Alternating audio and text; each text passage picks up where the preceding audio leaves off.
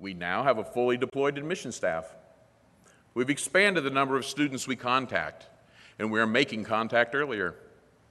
We're planning visits to every Illinois high school and community college, as well as targeted visits in border states.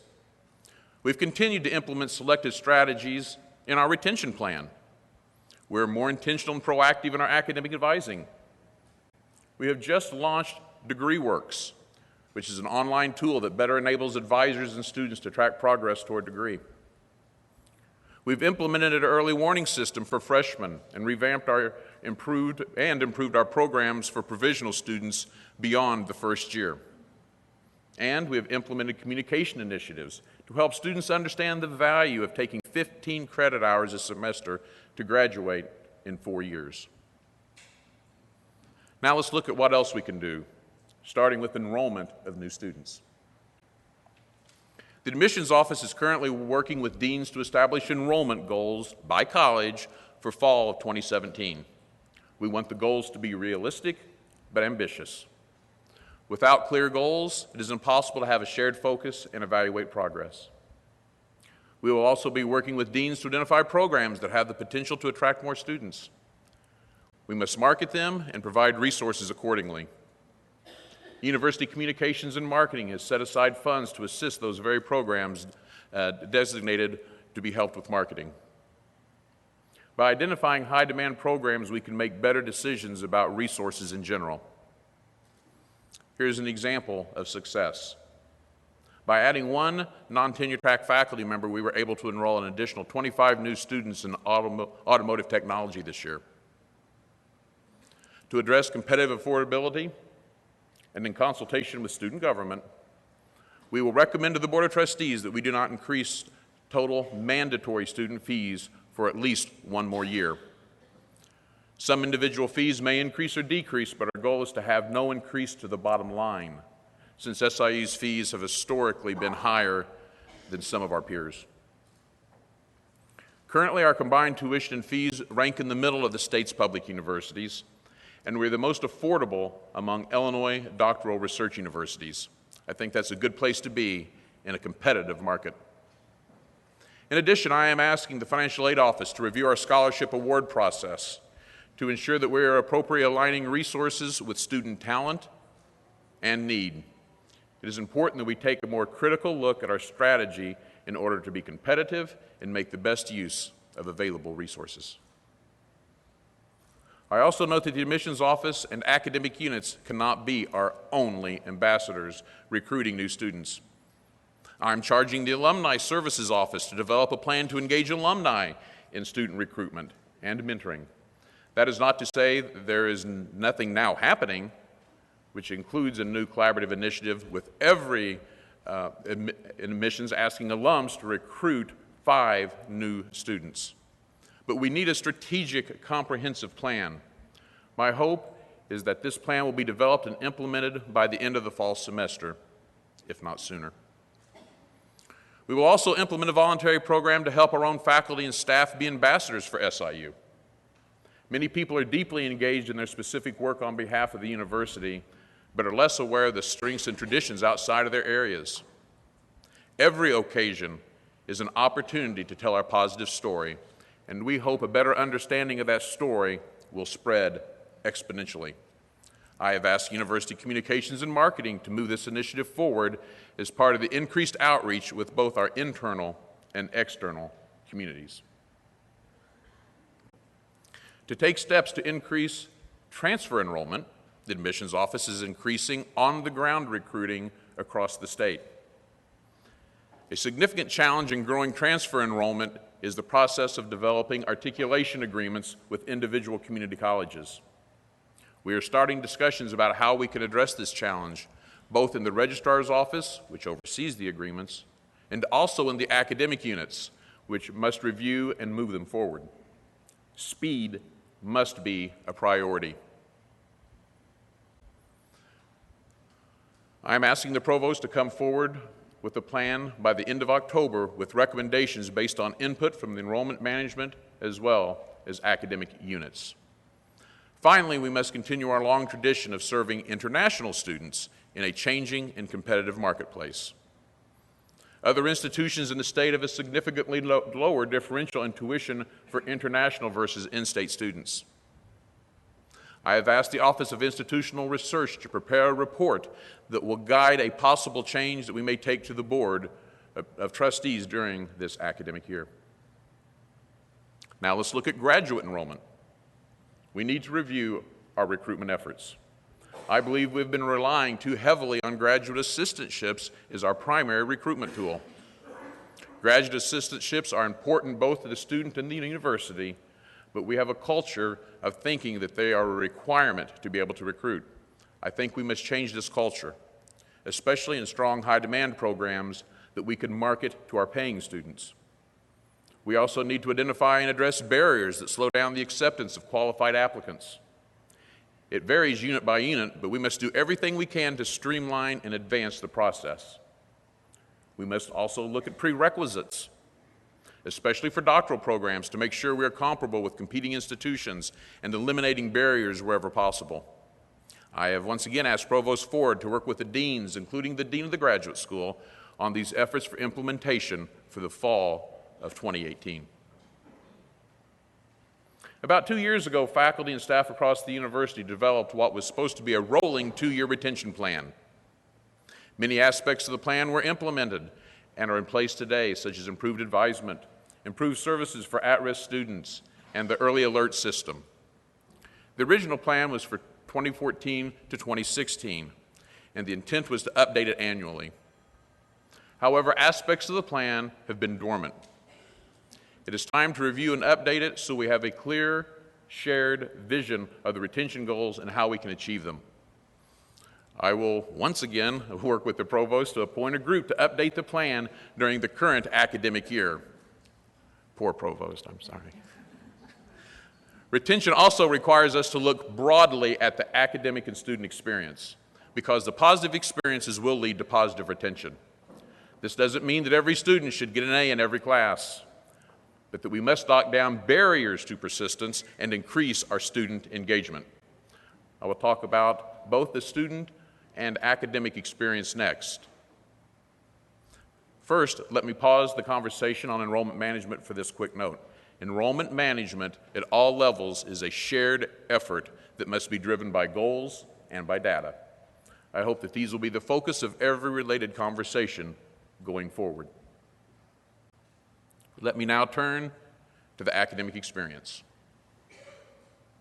We need to be very aggressive evaluating academic programs and exploring multiple delivery methods.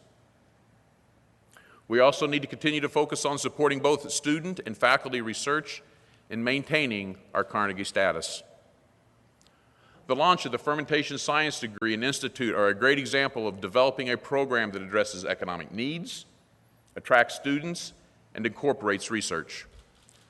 The closing of the master's programs in law, while fulfilling our commitment that currently enrolled students can complete their degrees, is an equally good example of eliminating programs with low enrollment.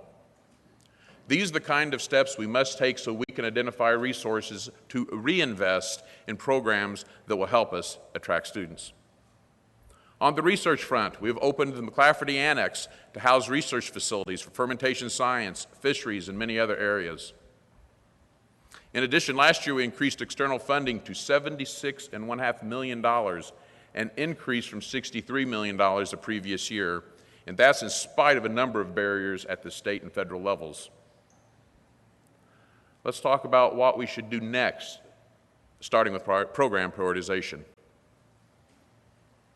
I cannot say strongly enough that we must take immediate steps to evaluate programs and begin to initiate change. Frankly, if we do not do it ourselves, it will be done for us by the Illinois Board of Higher Education. Here again, we must grasp the opportunity to control our own destiny.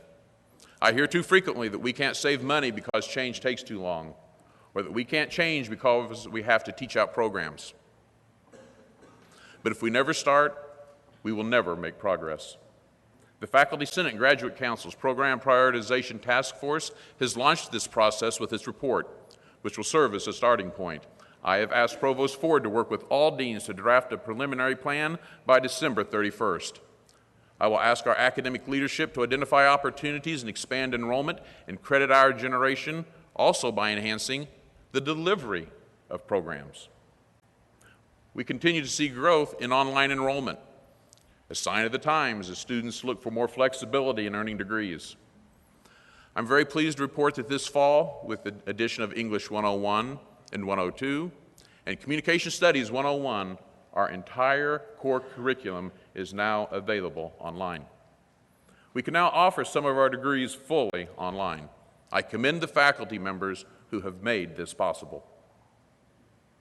The next steps are to expand the selection and scheduling of online courses each semester. This will assist students and advisors in planning degree programs. Now turning to summer and intersession, we have followed multiple models but continue to struggle with enrollment there, as do a number of other institutions. Last year was the third year of a pilot funding model. It is now time to assess its effectiveness and determine what, if any, tweaks need to be made. In addition, our on-campus offerings are not as friendly as they could be to our non-traditional students, and I'm eager to receive recommendations on ways we can better serve the academic needs of adult learners. The expansion of online degree programming is, of course, one strategy, but we also need to look at on-campus course scheduling throughout the day. I have asked the provost to move on the expansion of online programs, moving it forward, and to work with the deans to develop recommendations regarding summer enrollment and course scheduling in time to make changes for summer and fall of 2017. Research is a core part of our mission as a doctoral research university. It is critically important we maintain our Carnegie status as a higher research active institution. While the state budget has stalled funding for some state-supported research, we are seeing success in federally funded research, especially interdisciplinary and multi-institutional efforts. We're encouraging faculty to continue to build collaborations across disciplines, to seek grant funding whenever possible. And when we want to continue to look at technology transfer or the commercialization of intellectual property. Next month, the SIU system will host a Technology and Innovation Expo in Chicago to build visibility for these efforts. We must also continue to invest in student-supported and student-driven research as part of our distinctive academic mission. While we have had to cut some student research programs due to budget constraints, we are still investing more than $700,000 annually in student research. We must do what we can to preserve this funding going forward. The ability for students to gain research and creative experiences early in their undergraduate careers sets us apart from other institutions and truly is a point of pride. I have asked Interim Chancellor for Research Jim Garvey to continue to work with faculty on external funding and the student research experience. I have not set a specific goal here given the volatility of our funding environment, but we should expect to see growth in funding year to year, depending upon fluctuation in state and federal research funding. Now, from the academic experience, let's turn to the student experience. SIU is known for the quality of its student life and the beauty of the campus and region. Students here can find something to keep them interested and engaged outside of the classroom. We know, however, that because there is a direct relationship between engagement and retention, we must do everything we can to evaluate and enhance the student experience through increased engagement. And we must measure progress in multiple ways. For example, we have formalized a transcript of student activities to measure ways our students are engaged, and we'll be able to track overall engagement of students over time. We've already taken a number of steps. We've relocated the Multicultural Resource Center to Grinnell Hall in order to better serve students. We've enhanced our transit service for students with disabilities, and we've appointed Jeff McGoy in Student Affairs as the student ombudsperson to give students a clear point of contact for any concerns or issues. All three of these efforts are a direct result of student input. To supplement the work of the ombudsperson, we have created a website to help students identify pathways to address concerns about financial or academic issues and personal or safety concerns. This site is also a resource for faculty and staff who work with our students. To build pride and connection, we have launched a Saluki Spirit campaign with the help of the committee shown here. And we've reconfigured the third floor of the Student Center as multi-use space for registered student organizations, including our undergraduate and graduate student governments. And we have started a student food pantry to assist any student. I thank all of you who came today to contribute non-perishable items to the pantry. And by the way, the pantry will be open for tours today, immediately after this talk, down in the Student Center. I encourage you to go down and take a look. Great place. An important part of the student experience is the removal of barriers that can create frustration and impede success. We absolutely need policies and procedures. They guide our work to ensure consistency, fairness, and compliance. But we must make sure that our policies are not putting unnecessary barriers in front of our students. I am asking both Student Affairs and Academic Affairs to review all policies and procedures affecting students to identify possible changes. For example, we have already streamlined our emergency aid assistance procedures to eliminate barriers to access. I can't say today what further changes will be made without a thorough review that incorporates input from our students themselves. But this is an important step to take during the current academic year. We must also remain attuned to campus safety. We know we are as safe as any other campus, but we will continue to make safety of our students, as well as our faculty, staff, and guests, our top priority. We will assess student perceptions and views of safety as well as gender-based violence by conducting a campus climate survey this year. While this is a requirement of federal law, it is also the right thing to do. This year's survey will also be a baseline to track our future progress. I should note here that we have a new confidential advisor on campus dedicated to providing victim-centered support to SIU students who have experienced gender-based violence. Rebecca Gonnering is based in the Wellness and Health Promotion Services Office in the Student Health Center. I would like to see the Student Center become the true heart of engagement on this campus. We need to continue to attract students by adding new services, including additional food vendors and on-site banking. And much like the new first floor hub promoting collaboration and innovation and sustainability, I'm asking the Student Affairs staff, led by Interim Vice Chancellor Lori Stetler, to work with faculty to identify opportunities to use Student Center space to engage students in academic initiatives. If you talk with alumni, you know that a factor to staying engaged in campus after graduation is the connections with traditions as a student. We are currently working to preserve long-standing traditions such as Watermelon Fest, refresh traditions like homecoming with new events such as movies after the game and an enhanced tailgate area.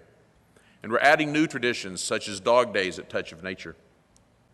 These ongoing projects involve many people across campus, and I will welcome your ideas as we continue to move forward. Another area that affects student engagement and the engagement of everyone on campus is diversity and inclusion. In my May 3rd email to campus, I shared a number of first steps to ensure that our campus is welcoming and open to all. The steps were the result of significant input from students, faculty, staff, and alumni.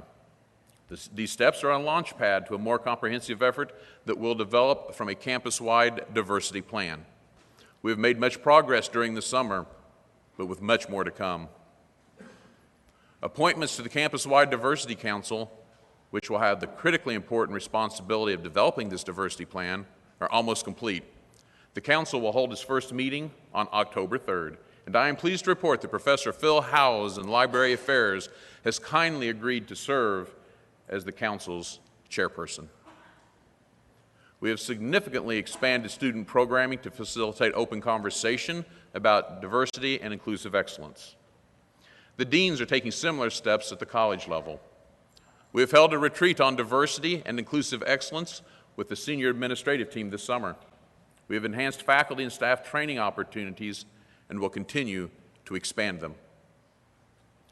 We're ensuring that job descriptions advertising for upper administrative positions require cultural competency. Further, a group looking at human resources broadly has explored ways to streamline the hiring process so that we do not lose good candidates. Our new Interim Associate Chancellor of Diversity will have a responsibility for a number of initiatives, including mandatory training for search committees and a climate survey focusing on diversity and inclusive excellence. I will announce this interim appointment by the end of this week. Shortly after, we will then launch a national search to permanently fill that position. I will be posting a full update on each of the initiatives announced in my May 3rd memo on the Chancellor's website by, the end of this week. And I anticipate that all these steps will be implemented in the current academic year. As I've noted before, inclusive excellence is built into our mission and must be incorporated into all that we do. We've talked about many important internal initiatives. Let's now talk about our community. I said at the outset that part of our mission is to be a regional and economic leader and a catalyst. We know that enrollment has an impact on the community, but this effort is more than just about enrollment. It's about sharing expertise, communicating clearly, and working collaboratively. We understand that Carbondale is a college town and that we are in it together. Thus, we have a shared interest in each other's success.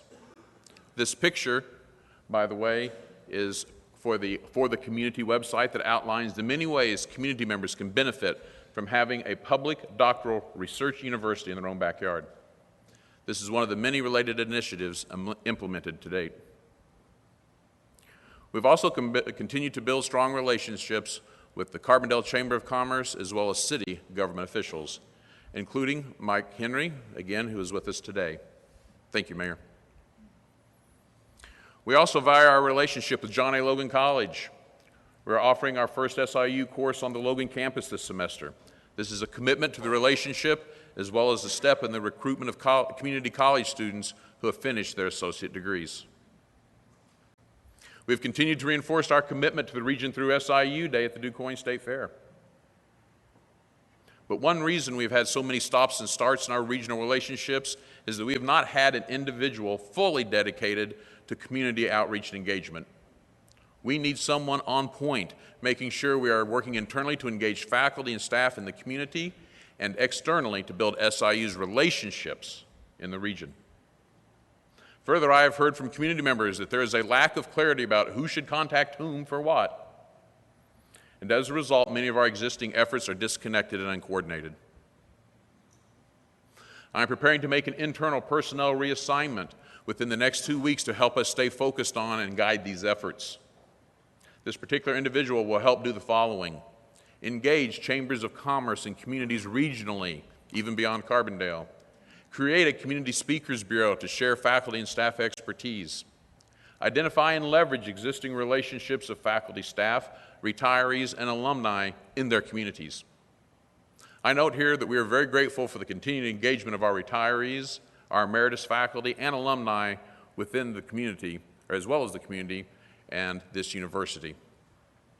We must ensure that we are also leveraging our most attractive public resources, including arts and athletics, to serve our greater region. They will complement the excellent work already being done in economic development through the Southern Illinois Small Development Center on campus. Let me now turn to financial stability, an area that is difficult to manage and predict in the face of state budget uncertainties. As I noted earlier, we must continue to minimize spending for the immediate future until we have a greater clarity of our fiscal position for this year. I've already discussed the $21 million permanent cut at the beginning of the fiscal year. We also have a number of smaller practical steps, such as implementing the new cell phone policy to help save funds. My point, every dollar counts. Even as we take immediate steps to address current issues, we must take a look at long-term efficiencies and cost control and identify new opportunities to grow revenue where possible. Longer term, we cannot continue to cut our way out of the budget challenges. Let me first talk about efficiencies. We must review our administrative costs, including both academic and non-academic administrative structures. When we speak of administrative cost, we're talking both personnel as well as operating expenses. We've already done a lot. Our ratio of administrators to students and administrator to staff are among the lowest in the state, meaning that we are lean compared to other universities.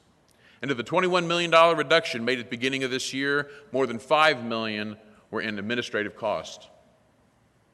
That said, I will still be asking our vice chancellors to make an additional 5% cut in administrative cost reductions over the next year.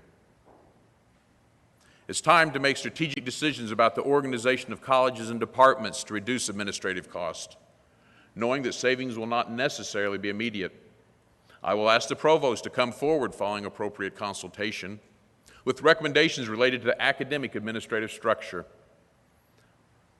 I've personally spent a great deal of time looking at our non-academic administrative structure, and I understand there will be recommendations forthcoming from the Committee on Non-Academic Program Review.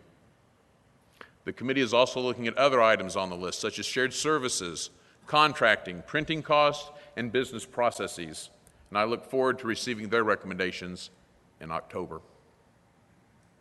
As you know, we are already a very lean institution. Additional steps to trim expenses will be challenging but necessary.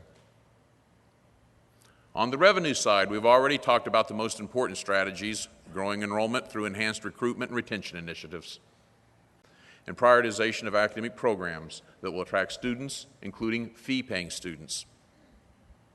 Some other initiatives: we're working on a policy that will clarify a number of issues and enhance the ability of some units to accept sponsorships and advertising. I expect this campus policy will be vetted and implemented during the spring semester. Further, we will expand our scholarships through a fundraising plan being developed under the leadership of Vice Chancellor Jim Salmo. I've now covered the key areas in the areas I outlined earlier. I would like to turn briefly to offer additional thoughts on a few other subjects. In spite of the budget challenges we face today, we must continue to think about our campus over the long term. Housing is a significant factor in our enrollment, and we must take steps to ensure that our student housing is competitive and up to date. We need to move forward to remove Southern Hills, which is an eyesore, and to replace the towers with more modern, attractive housing. Specifically, the Board of Trustees has requested that a plan to replace the towers be taken forward for discussion at its December meeting. Any plan might take some time to implement, but we must get started now. In addition to Southern Hills, we have plans to tear down the unsightly blue barracks on the east side of campus.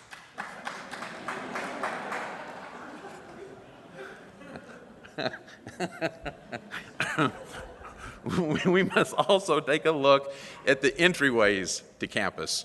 The coal plant and the strip are not as welcoming as they could be, and we need to look at some long-term possibilities in partnership with the community as appropriate. But I do appreciate the city's efforts to address the strip and the downtown revitalization. We need to let people know when they are arriving at one of the most beautiful campuses in the state.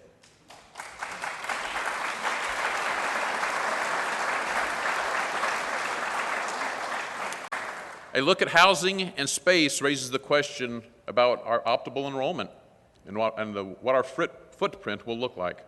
It's a frequently asked question, but difficult to answer. It would be irresponsible to simply just guess at a number, 20, 25,000. But I believe we can arrive at a best estimate with an analysis of competitive marketplace and demographic trends aligned with what we know about our programs, our space, and our mission. My goal is to have this effort launched in the spring. Before I conclude, I would like to talk about our most valuable resource, and that's our faculty and staff. You are all working hard in the face of challenges, and I'm deeply grateful. I want to provide a few updates on faculty staff-related activities. First, we've had a group exploring the streamlining of human resource processes. Many of its recommendations will become reality through the implementation of a system called Higher Touch, which is an online system that will eliminate a great deal of the physical paperwork as well as some of the steps in the process. Implementation for this will take place yet this fall. We are also looking at the number of interim titles of administrators and plan to launch national searches this fall for at least 2 senior positions that report directly to me, and that's the Vice Chancellor for Student Affairs and the Vice Chancellor for Research. I believe professional development is also important. Although it has suffered across campus due to budget challenges, I am currently considering strategies to take advantage of our internal expertise to develop a series of workshops on a variety of topics beginning this spring. We will start by asking our constituency groups about their professional development needs. I will also welcome the many efforts to build teamwork and collegiality on campus, and it's happening here organically as we speak. A terrific example of this is the efforts of our grounds department and the rest of the plant service operations to collect items for the student food pantry. We can't dictate collegiality, but I welcome all of you to work to create a supportive work environment, regardless of your role. Finally, the provost and I are planning to again visit all of the colleges. It was a tour we conducted last fall, to engage faculty in conversations about many of the initiatives announced today, as well as others that may be raised. We have so much to be proud of here at SIU. Here are just a few points of pride about our students and former students. The debate team has advanced to the national championships of the National Parliamentary Debate Association 6 times in 9 years, winning 4. The Flying Salukis have finished in the top 3 of the National Collegiate Aviation Championship for 6 consecutive years. Our engineering students consistently place among the winners in the Human Exploration Rover Challenge, known to you and I as the Moon Buggy Competition. Alt News 2646, the television magazine produced by the College of Mass Communication and Media Arts students, has earned more than 30 regional professional Emmys from the National Academy of Television Arts. Austin Weigel, a senior plant biology major, was an honorable mention for the very prestigious Barry Goldwater Scholarship. And 2016 graduate Deanna Price. She finished 8th in the women's hammer throw at the Rio Olympics. She was one of 2 U.S. women who are the first to finish in the top 8 in the event in over 16 years.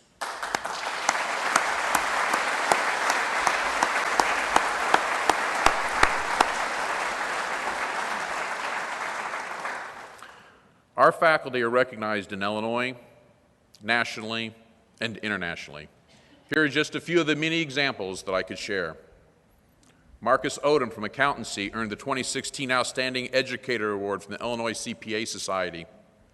Susanya Jones in Educational Administration and Higher Ed has been chosen as the Illinois Education Research Council 2016-17 Faculty Research Fellow.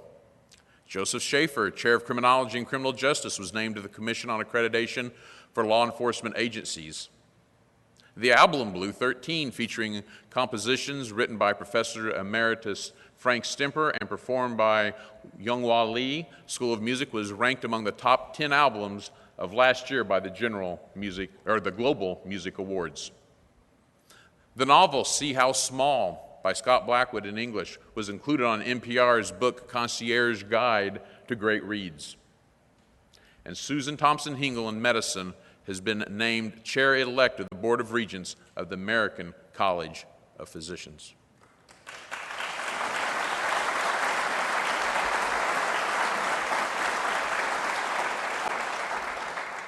We also have many nationally recognized programs.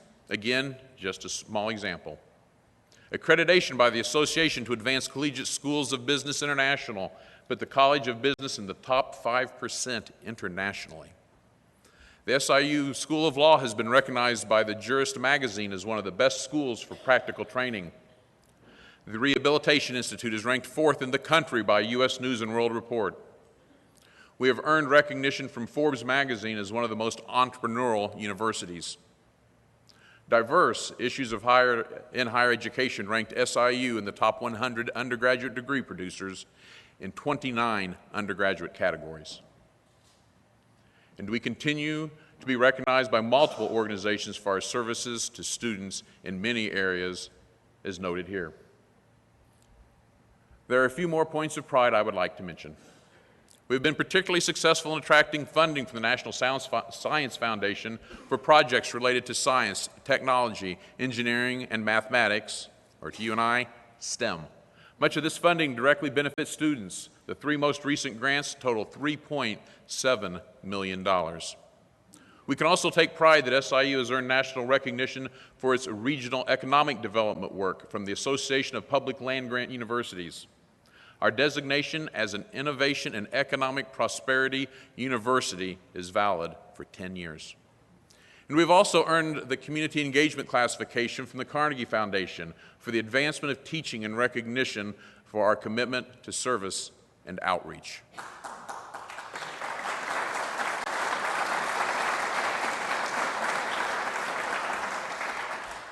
In sum, SIU has many, many great stories to tell, and I welcome your help in telling them. We also have many opportunities ahead that will shine as a light on this university, its programs, its people, and its history. This spring, we will join a national effort called The Big Event, one of the largest one-day student community service project in our history. Of course, SIU is already gaining international attention as a top viewing spot for the 2017 total solar eclipse. NASA will base its webcast coverage from Saluki Stadium, giving us an opportunity to showcase the university and its programs. And soon, we'll begin planning for the 150th anniversary of the university's founding in 1869. This will give us an additional opportunity to focus both on our distinguished history as well as our promising future. Speaking of future, I share this beautiful photo of Campus Lake.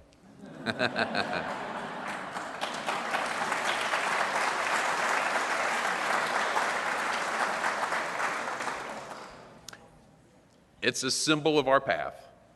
Just in case you haven't driven by or walked by lately, it doesn't look anything like you see there. We take steps to improve the health of the lake. When the work is done, the lake may not look or smell exactly the same, but it will still be Campus Lake, which is a point of pride for SIU. I view our future similarly. We have a history and a mission to be proud of, but we're taking steps to address our challenges, even though the steps are difficult and sometimes messy. But we will be a strong, if not somewhat different, university on the other side. However, change will require a willingness to make difficult decisions, to make sacrifices, to think in new ways. It will take the shared commitment of everyone who cares about this university.